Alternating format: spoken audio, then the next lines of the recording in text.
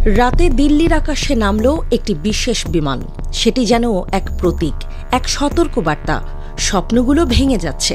যুক্তরাষ্ট্রের নতুন অভিবাসন নীতির ফলে প্রথম দলে ফিরিয়ে দেয়া ভারতীয় অভিবাসীরা নেমে আসছেন বিমানের সিঁড়ি ধরে। কারো মুখে হতাশা, কারো চোখে অনিশ্চয়তা। ট্রাম্প প্রশাসন অভিবাসন নীতিকে আরও কঠোর করছে, আর তার প্রথম প্রভাবই পড়েছে এই ভারতীয় অভিবাসীদের ওপর। এই কঠিন পরিস্থিতির মাঝেও ভারতের এক কোণে চলছে অন্যরকম দৃশ্য। যুক্তরাষ্ট্রের ভিসা পাওয়ার জন্য হিন্দু ভক্তরা মন্দিরে ভিড় করছেন। হায়দ্রাবাদের ভিসা বালাজি মন্দির কিংবা আহমেদাবাদের ভিসা হনুমান মন্দিরে চলছে বিশেষ পূজা।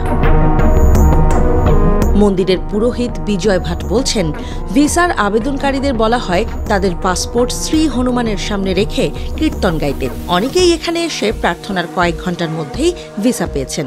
শুধু হায়দ্রাবাদ নয়, দিল্লির চমৎকারী হনুমান মন্দিরেও ভক্তদের ভিড়। পুরোহিত নারায়ণ মিশ্র জানান, ভিসা পাওয়ার আশায় অনেকে 41 দিন ধরে নিরামিষ আহার করছেন, মদ, রসুন, পেঁয়াজ ত্যাগ করছেন।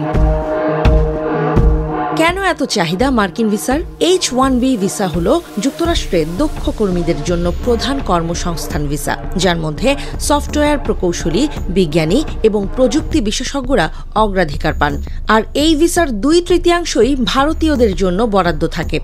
মার্কিন প্রযুক্তি খাতের জন্য এটি অত্যন্ত গুরুত্বপূর্ণ হলেও ট্রাম্প প্রশাসন এটিকে অত্যধিক ব্যবহৃত প্রোগ্রাম বলে সমালোচনা করেছে। ইলন মাস্ক পর্যন্ত বলেছেন, H-1B ভিসা প্রোগ্রামে বড় পরিবর্তন দরকার। ট্রাম্পের সিদ্ধান্তে কি ঘটতে পারে? যুক্তরাষ্ট্রে ভারতীয়দের সংখ্যা কমে যাবে। কুরুচিপূর্ণ অভিবাসন নীতির কারণে অনেক দক্ষ কর্মী ভিন্ন দেশে চলে যেতে পারেন। গুগল, মাইক্রোসফটের মতো টেক জায়ান্টদের জন্য দক্ষ কর্মী পাওয়া কঠিন হবে।